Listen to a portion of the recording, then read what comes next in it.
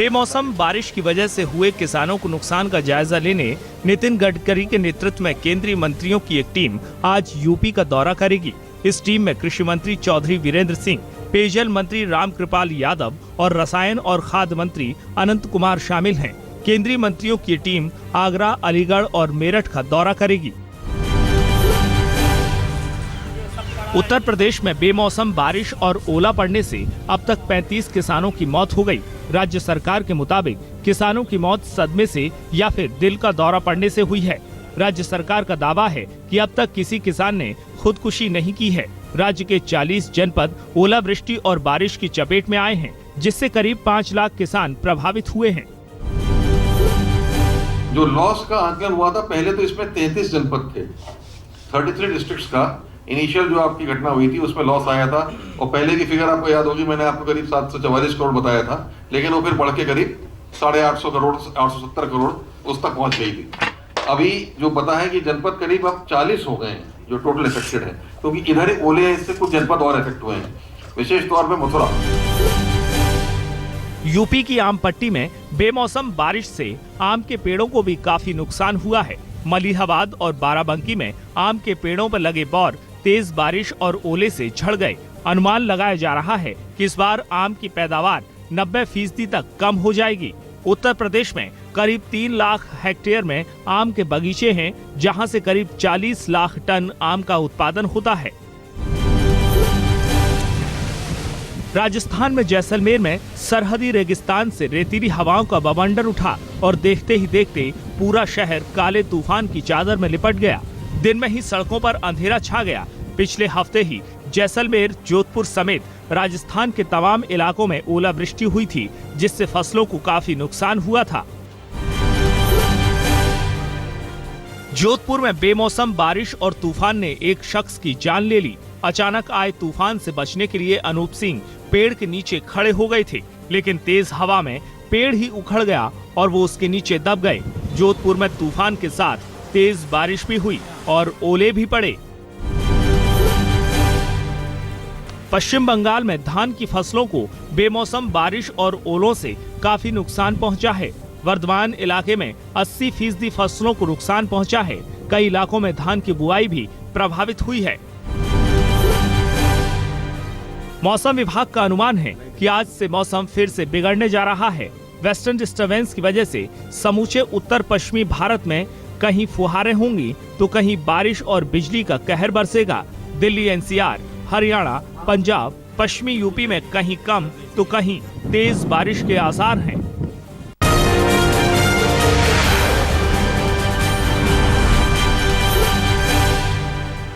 Goa fab India खुफिया कैमरे मामले में आज फैब इंडिया के एमडी और सीईओ क्राइम ब्रांच के सामने पेश होंगे। फैब इंडिया ने पहले ही बयान जारी कर कहा था कि पुलिस तफ्तीश में वो पूरा सहयोग करेगी। मानव संसाधन विकास मंत्री स्मृति ईरानी ने गोवा के फैब इंडिया शोरूम के ट्रायल रूम के बाहर खुफिया कैमरा पकड़ा था। उन्हीं की शिकायत के बाद गोवा की पुलिस पूरे मामले की जाँच कर रही है।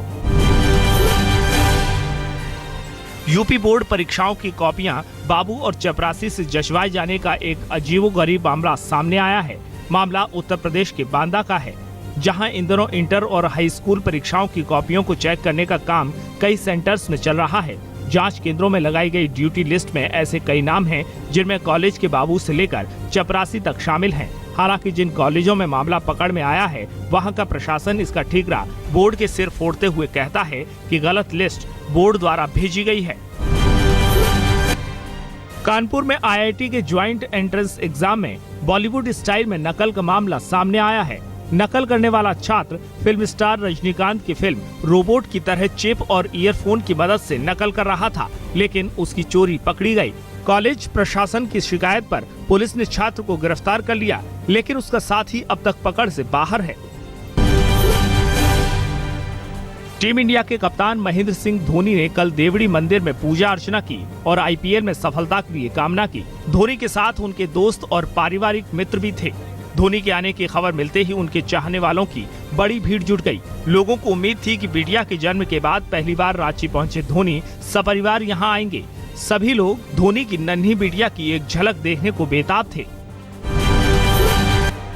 मुंबई के नेशनल पार्क में लोगों के आकर्षण का केंद्र रही सफेद बाघिन को कैंसर हो गया है। दिनों दिन उसकी हालत खराब होती जा रही है। इस सफेद बाघिन की उम्र 18 साल है। अब बाघिन को कीमोथेरेपी देने की बात हो रही है।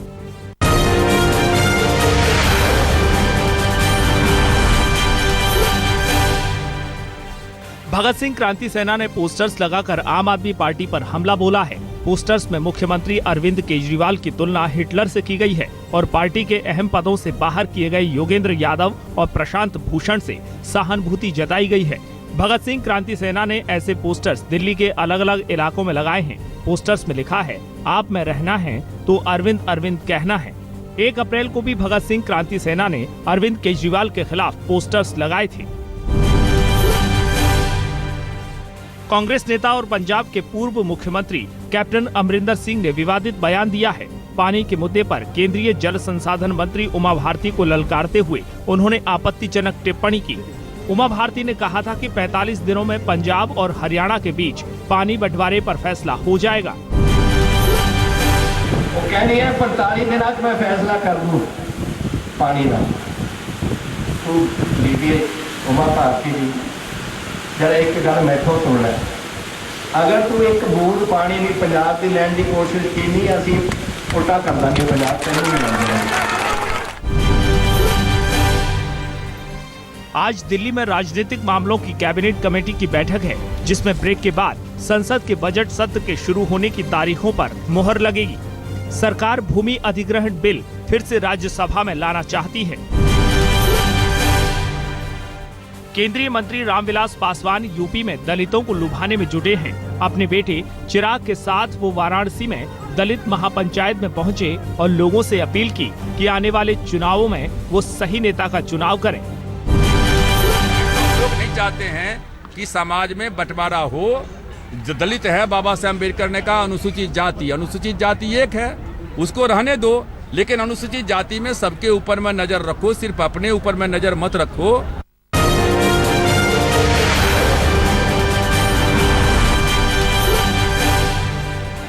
छोटी छोटी बातों पर कैसे उबल पड़ती है दिल्ली, इसकी एक और बानगी पॉश इलाके साउथ एक्स में दिखी।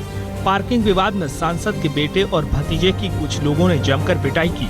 इस पिटाई से जहानाबाद के सांसद अरुण कुमार के भतीजे के कंधे की हड्डी डिसलोकेट हो गई। वारदात 5 अप्रैल की रात की है, जब सांसद के बेटे और भतीजे अपने घर साउथ एक्स लौटे। लेकिन हर वीकेंड की तरह इस वीकेंड भी उनके घर के बाहर करीब 10 स्कूटी गलत ढंग से पार्क थी। जब सांसद के बेटे और भतीजे ने पड़ोसी से इसको ठीक ढंग से लगाने के लिए कहा तो वहां कहासुनी हो गई। फिर करीब 12 से 13 लोगों ने दोनों को बुरी तरह से पीट दिया।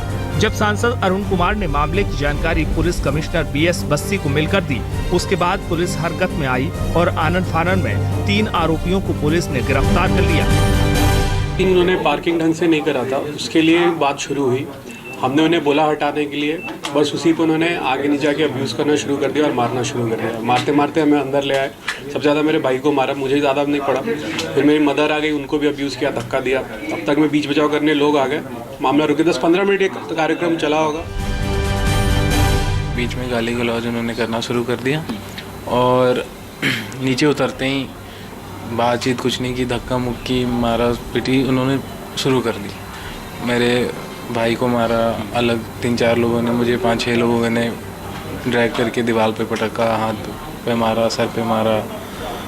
और मेरी आंट आई बीच में, उन्हें भी काफ़ी गाली गलौज करी।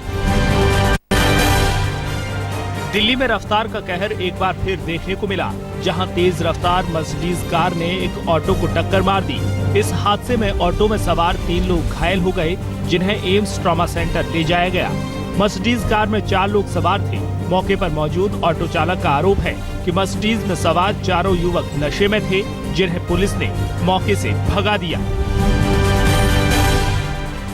दिल्ली के तुर्कमान गेट रोड रेज मामले में अब तक सिर्फ एक आरोपी की गिरफ्तारी हो पाई है। रविवार की रात बाइक से मामूली टक्कर पर कार सवार 3 से 4 लोगों ने बाइक सवार की उनके बेटे के सामने ही पीट कर जान ले ली थी। इसके बाद दिन भर इलाके के लोगों ने पोस्टर बैनर लेकर प्रदर्शन किया। 2002 Salman Khan hit and run case की सुनवाई जारी रहेगी। आज सरकारी वकील अपनी जरह खत्म कर सकते हैं। कल की सुनवाई में सरकारी वकील ने सलमान के ड्राइवर पर झूठ बोलने का आरोप लगाया और कोर्ट से मांग की कि अशोक सिंह की गवाही को झूठा ठहराए। अदालत ने आज की सुनवाई में भी सलमान खान को कोर्ट में मौजूद रहने को कहा है। 5 स्टार होटल में मारपीट के मामले में फिल्म स्टार सैफ अली खान को 18 अप्रैल को कोर्ट में पेश होना होगा। कल उन्हें कोर्ट में पेश होना था, लेकिन वो बैंकॉक में होने की वजह से पेश नहीं हो सके। सैफ ने एड शूट का करार का हवाला देकर पेशी से छूट की मांग की थी। मामला साल 2012 का है।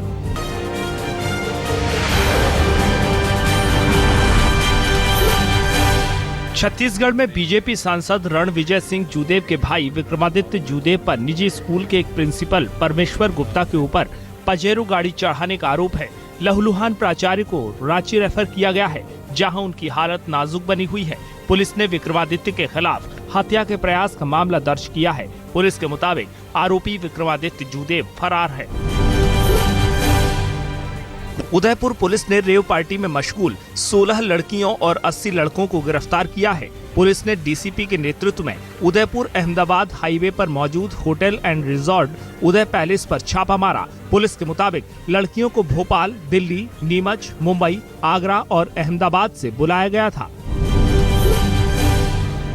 मथुरा में दिल्ली की महिला के साथ गैंगरेप किए जाने का मामला सामने आया है। आरोप होटल मालिक और उसके साथियों पर है। पीड़ित महिला अपनी सहेली के साथ मथुरा घूमने आई थी। शहर के केवीएम होटल में कमरा किराए पर लिया था। जब पीड़ित महिला की साथी दवा लेने होटल से बाहर गई तो होटल मालिक और उसका एक साथी कमरे में घुस आया और वारदात को अंजाम दिया। पीड़ित महिला की शिकायत पर पुलिस ने होटल मालिक अशोक बिंदल और उसके साथी को हिरासत में लिया है।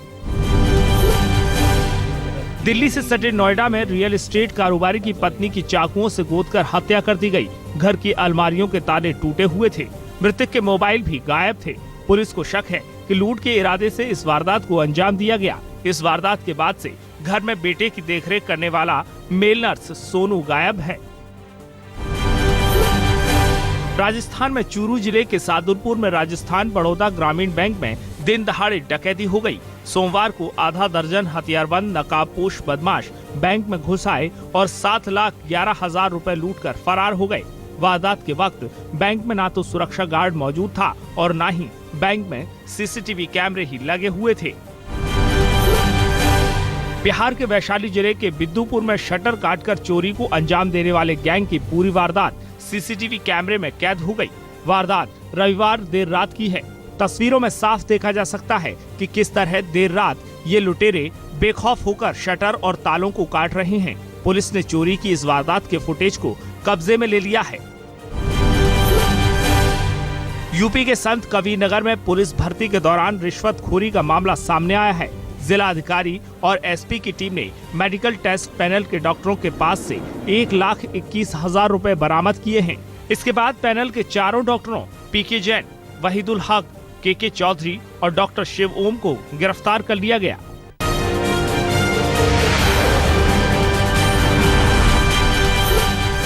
आज कोलकाता में बॉलीवुड तड़के के साथ आईपीएल सीजन 8 का आगाज होगा। ऋतिक रोशन, शाहिद कपूर और अनुष्का शर्मा रंगारंग उद्घाटन समारोह में अपना जलवा बिखेरेंगी। टूर्नामेंट का पहला मैच बुधवार को मौजूदा चैंपियन कोलकाता नाइट राइडर्स और मुंबई इंडियंस के बीच ईडन गार्डन्स में होगा।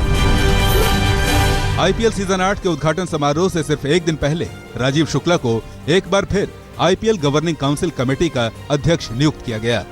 शुक्ला पहले भी ये पद संभाल चुके हैं, लेकिन 2013 में आईपीएल स्पॉट फिक्सिंग स्कैंडल के बाद उन्होंने पद से इस्तीफा दे दिया था। राजीव शुक्ला के अलावा कई और नाम भी आईपीएल अध्यक्ष बनने की रेस में शामिल थे। पूर्व चेयरमैन राजीव बिस्वाल समेत कई नामों पर चर्चा हुई। पूर्व भारतीय कप्तान सौरव गांगुली भी नई गवर्निंग काउंसिल कमेटी के सदस्य होंगे। टीम इंडिया के पूर्व कप्तान राहुल द्रविड़ ने आईपीएल में स्पॉट फिक्सिंग से निपटने के लिए ठोस कानूनी कदम उठाने की हिमायत की है। राजस्थान रॉयल्स से जुड़े द्रविड़ ने कहा कि मैच फिक्सिंग और स्पॉट फिक्सिंग करने वाले खिलाड़ियों को कड़ी सजा होनी चाहिए।